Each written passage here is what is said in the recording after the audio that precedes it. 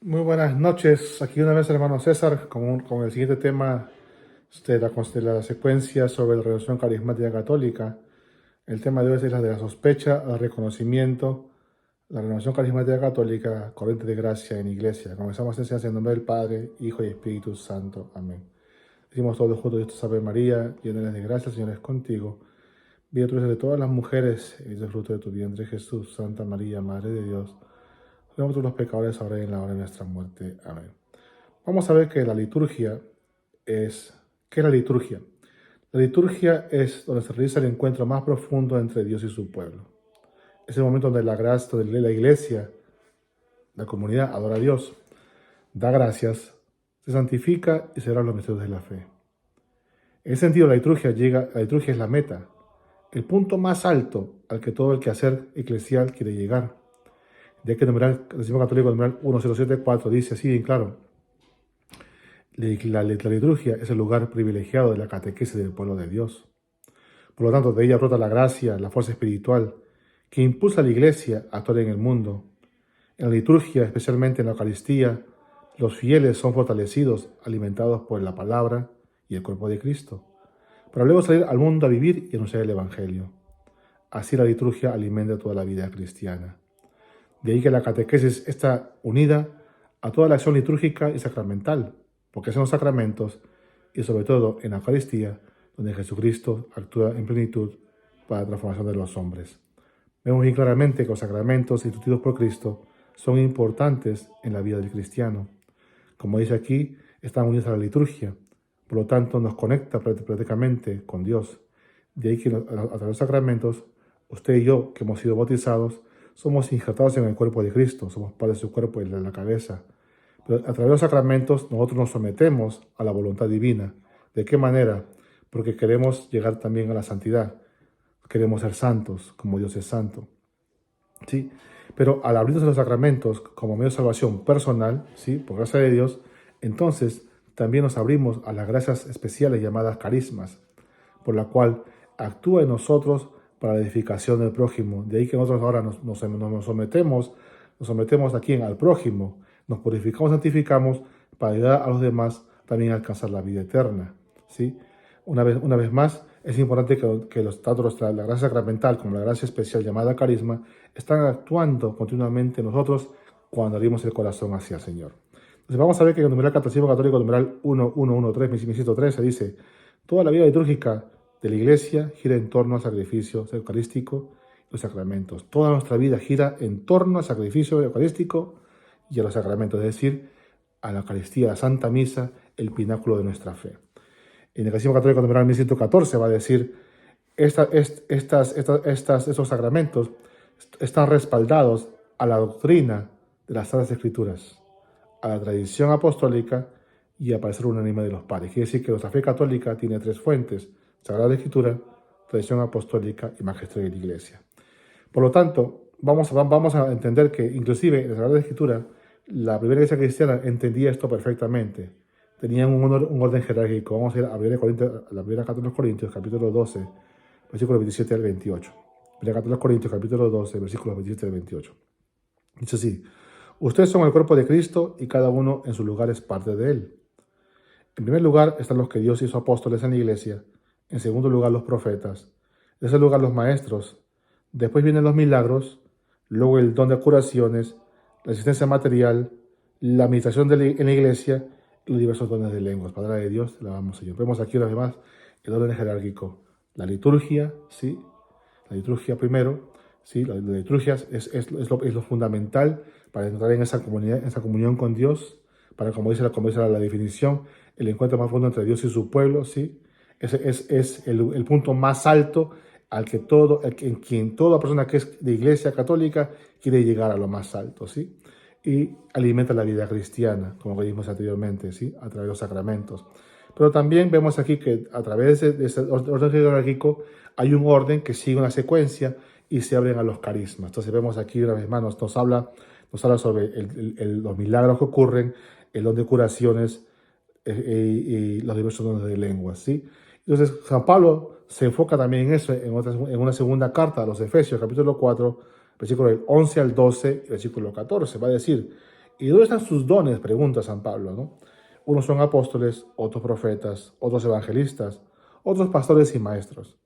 Así prepara a los suyos para las obras del ministerio en vista a la construcción del cuerpo de Cristo. Es decir, a través de los sacramentos y a través de las especiales llamadas carismas, nos prepara para el ministerio, ¿sí? En la construcción del cuerpo de Cristo, es decir, en la edificación de la comunidad, ¿sí?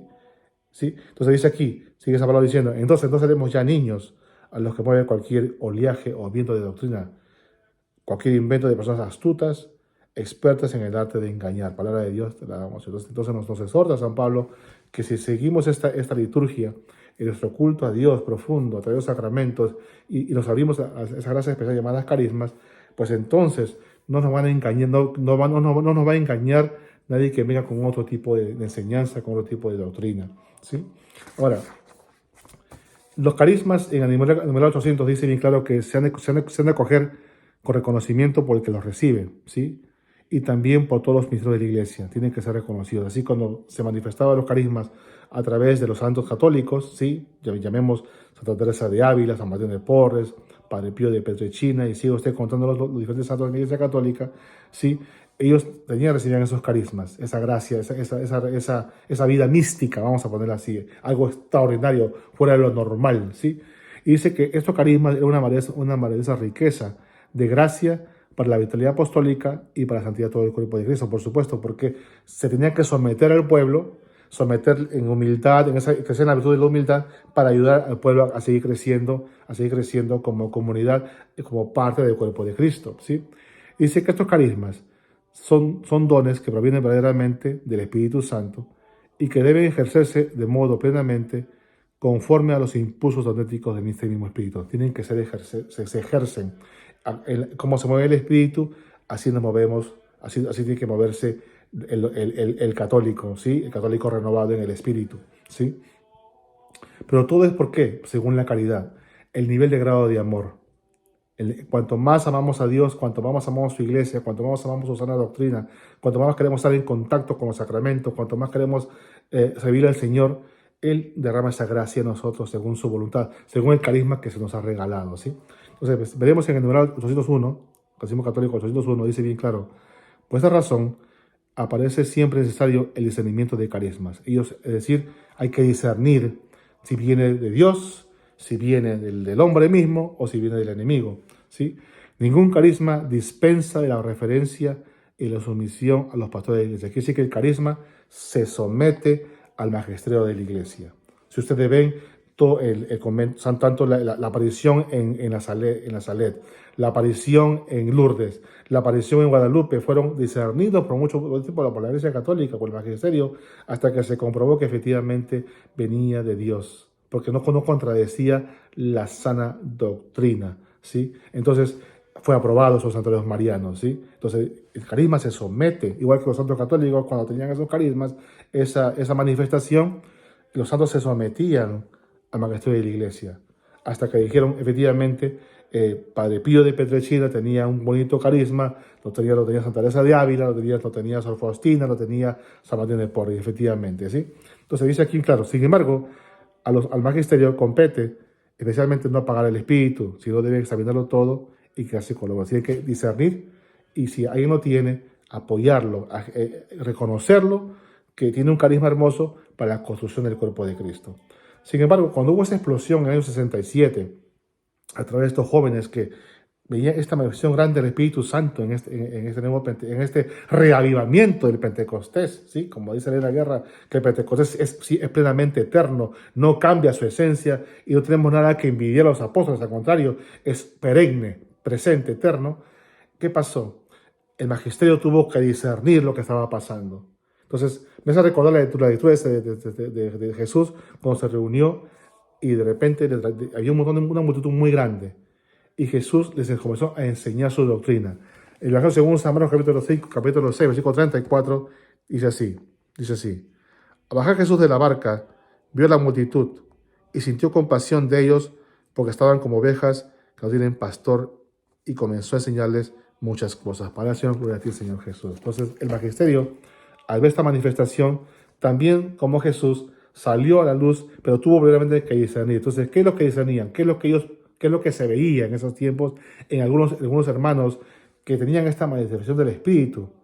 Pero una vez más, no había, no se sabe si había un acompañante espiritual, si había un director espiritual que los pudiera guiar a ellos. Entonces, el magisterio tuvo unas sospechas. ¿Cuáles eran esas sospechas? ¿No?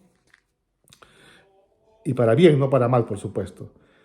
Dice, emocionalismo, primeramente, número uno, emocionalismo excesivo. Es cuando la emoción o sentimiento pasa a ser el centro de la experiencia religiosa, desplazando la fe, la razón y los sacramentos. El emocionalismo gobernaba y se alejaban de lo principal, que eran los sacramentos, la fe. Segundo, B. Se confunde la acción del Espíritu Santo con la intensidad de las emociones humanas, llantos, gritos, temblores, exaltación. En algunos hermanos no tenían dominio de sí mismos. Una vez más, era algo maravilloso este grupo de personas que estaban recibiendo, pero como dice Jesús, vino a través del magisterio a educar a estas personas, ¿sí? A guiarlos, a acompañarlos en este caminar, ¿sí? C. Se busca sentirse bien o tener experiencias fuertes como prueba de que Dios está actuando, olvidando la fe cristiana es sobre todo vida en Cristo y no solo sensaciones. Quiere decir que nuestra vida está centrada en Cristo. Una vez más, había que educar a este grupo, a un grupo de personas que bien es cierto, se manifestaba el Espíritu, pero no sabían, no tenían el pleno conocimiento. Entonces, el magisterio estaba todavía discerniendo lo que estaba pasando, ¿sí? Entonces, cuando tenían oración comunitaria, por ejemplo, algunos pensaban que si en grupo no había risas, lágrimas o caídas, entonces el Espíritu Santo no estaba presente. Lenguas o sanaciones. Se valoraba más lo espectacular que la conversión interior o la obediencia a la iglesia. Eso es lo que se discernía en ese momento. La predicación. Algunos líderes, personas muy entusiasmados, eh, algunos líderes apelaban más a emociones intensas que a la formación doctrinal sólida. Jesús empezó a enseñarle muchas cosas a este pueblo. El magisterio tenía que observar y poder también ellos responder al tiempo para poder adoctrinar de una manera correcta según la doctrina católica, ¿sí? Vida cristiana. Personas muy entusiasmadas en los encuentros de oración, pero sin perseverancia en la misa dominical, los sacramentos o el compromiso social. Entonces, una vez más, ellos percibían, miraban lo que estaba pasando y decían que había que enseñarles a ellos, a este grupito de personas, no a todos, porque no se puede generalizar, pero a un grupo de personas que se estaban un poquito desviando realmente de lo que es la doctrina católica, ¿sí? Segundo, formación de grupos cerrados paralelos a la iglesia.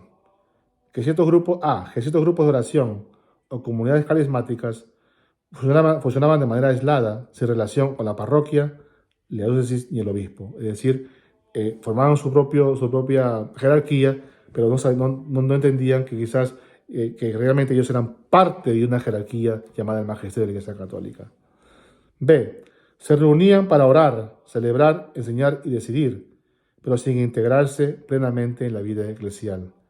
Es decir, se alejaban de la liturgia, de la catequesis y los sacramentos, ¿sí?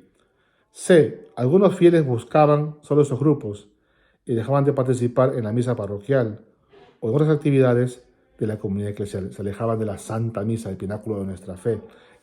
Un grupo de personas, no todos, por supuesto. D. En la práctica, se corría el riesgo de crear una especie de iglesia dentro de la iglesia, con líderes propios, normas internas y hasta criterios doctrinales no supervisados por los pastores. Es decir, formaban sus propios reglamentos, pero ni el párroco y el obispo tenían ninguna participación en eso, ¿sí?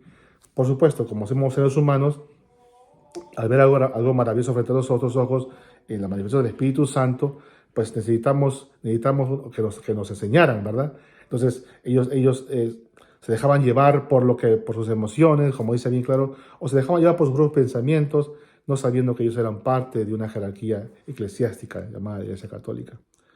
Tercero, poca claridad doctrinal en torno a los carismas extraordinarios. O sea, no tenían las clases, el conocimiento de cómo trabajaban los carismas. Por eso dice poca claridad doctrinal. Entonces vamos a nombrar 801, 800 que ya hemos proclamado, ¿sí? Dice, profecías y mensajes sin discernimiento. ¿En qué consistía eso? Algunas personas decían, Dios me dijo. Es decir, era muy subjetivo, basado en una opinión, pero realmente no había un discernimiento claro, ¿sí? Jesús dijo, por los frutos los van a reconocer, ¿sí? Entonces dice Víctor, si sin un acompañamiento pastoral, no había un director espiritual, ni un criterio para verificar si venía del espíritu o de la emoción personal, ¿sí? Se enfocaban énfasis en lo espectacular. Muchos buscaban solo milagros, sanaciones o lenguas, como si fuera la prueba de una fe auténtica.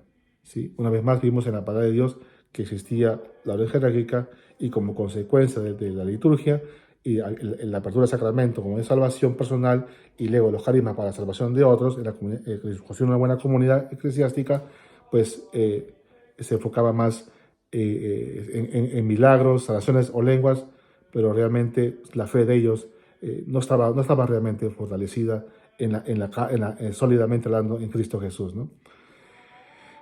C. Desconexión con la enseñanza oficial. No había, es decir, faltaba formación bíblica y catequética para poder entender cómo se ofrecían los carismas, lo que estaba ocurriendo, pues faltaba esa formación bíblica y catequética. ¿De dónde? De la Santa Iglesia Católica.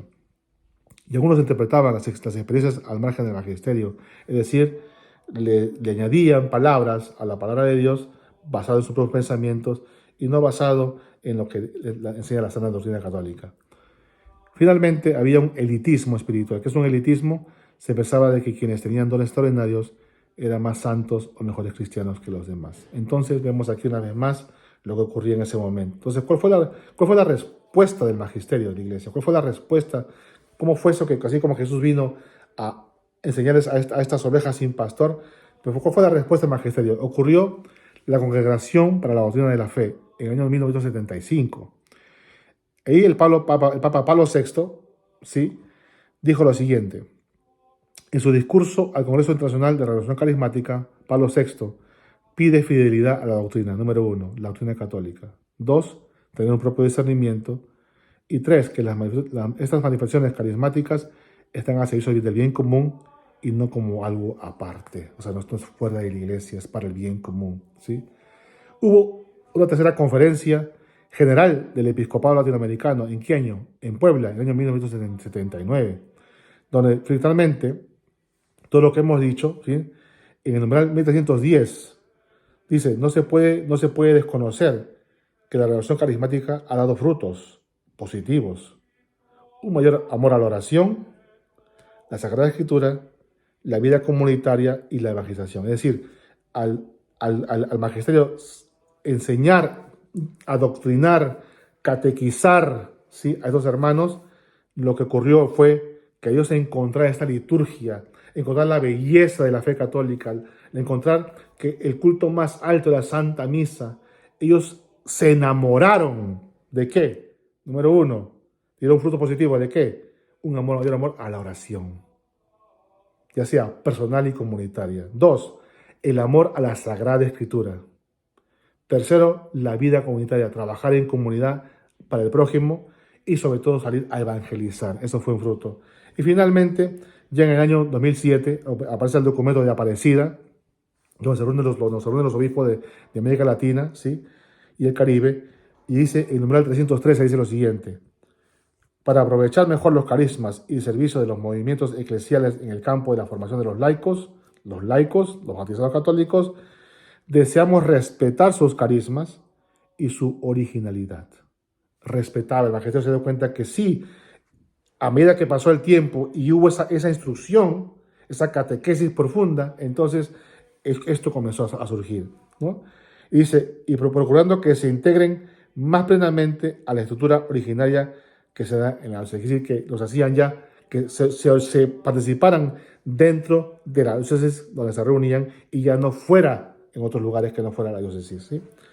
Dice con esta parecida, a la vez es necesario que la comunidad diocesana acoja la riqueza espiritual y apostólica de los movimientos. El Espíritu Santo tiene muchas oficinas, aparecen muchas comunidades de laicos, ¿sí? Pero dice Víctor el documento Aparecida, que la comunidad diocesana acoja la riqueza espiritual y apostólica de los movimientos, que la acepte, ¿sí?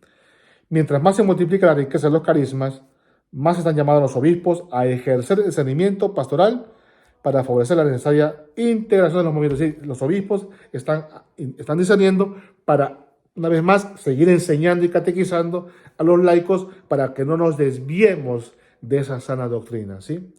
Dice, una vez más, apreciando la riqueza de su experiencia comunitaria, formativa y visionaria. Entonces, las comunidades, su misión tienen una riqueza comunitaria, tienen una riqueza formativa y misionera, salir a misionar a evangelizar. Entonces, dice el cuento Aparecida, conviene prestar especial acogida y valorización a aquellos movimientos eclesiales que han pasado ya por el reconocimiento y discernimiento de la Santa Sede. Es decir, ya la Santa Sede de Roma, ¿sí? El Papa y la Curia Romana han pasado por ese discernimiento grande de diferentes movimientos eclesiales dentro de la Iglesia Católica, y algunos ya, al haber sido aceptados, ellos dicen bien claro que ellos son esos movimientos eclesiales dentro de la Iglesia son aceptados y son valorizados, y hay que acogerlos especialmente con mucho cariño, ¿sí? Entonces dice, considerando como dones y bienes para la Iglesia universal. Entonces vemos aquí que en ese tema, al principio hubo una sospecha, pero al pasar de los tiempos se dieron cuenta que la versión carismática católica efectivamente es una corriente de gracia, en la Iglesia. En el siguiente tema vamos a ver lo que la versión carismática, sus cualidades y características, para terminar este tema sobre la versión carismática. Decimos todos juntos: Padre nuestro, que estás en el cielo, santificado sea tu nombre, venga a tu reino, haz tu voluntad en la tierra como en el cielo. Danos nuestro pan de cada día, y por nuestras ofensas, como nos ofenden, y no dejes en tentación y no del mal. Amén. Dios te bendiga y que pasen todos muy buenas noches. Hasta luego.